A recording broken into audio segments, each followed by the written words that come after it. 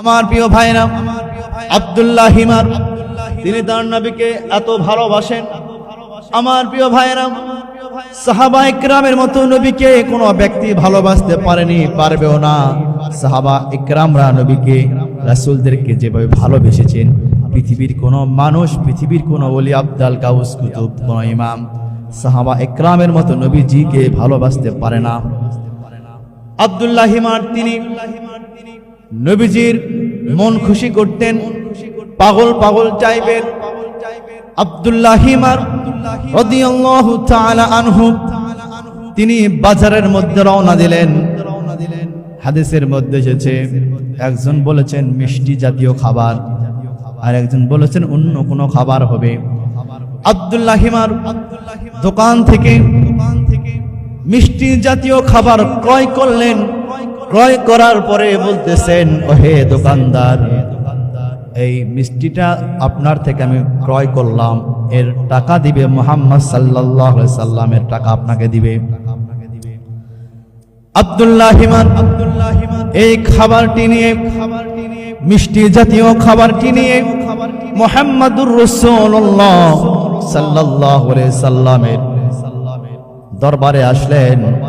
আসে বলতেছেন, আসসালাতু ওয়াসসালামু আলাইকা ইয়া রাসূলুল্লাহ, আসসালাতু ওয়াসসালামু আলাইকা ইয়া হাবিবাল্লাহ, আসসালাতু ওয়াসসালামু আলাইকা ইয়া রাহমাতাল লিল আলামিন।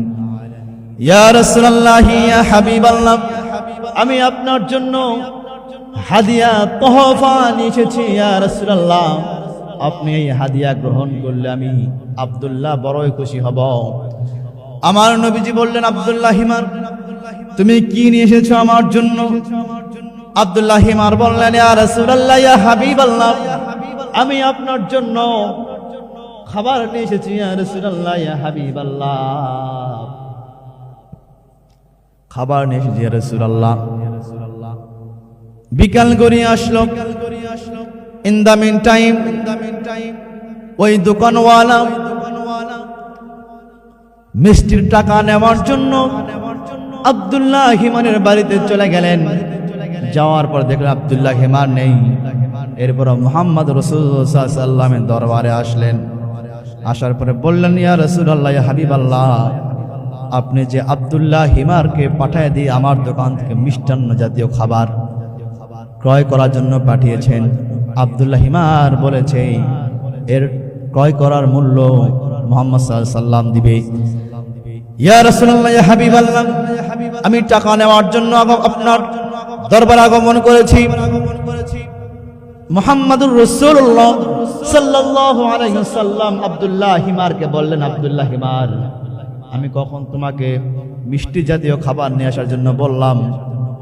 আব্দুল্লাহ হিমার বলতেছে, ইয়া রাসূলুল্লাহ, ইয়া হাবিবাল্লাহ, আপনি তো রাহমাতাল লিল আলামিন, আপনি তো দু জাহানের বাদশা, আপনি তো রাহমাতাল লিল আলামিন। ইয়া রাসূলুল্লাহ, হাবিবাল্লাহ, আপনি তো আলামিন, আপনি তো দয়াবান। ইয়া রাসূলুল্লাহ, ইয়া হাবিবাল্লাহ, এই মিষ্টি জাতীয় খাবার খাওয়ার জন্য আমার খুব আগ্রহ, আমি মিষ্টি জাতীয় খাবার বড্ড পছন্দ করি।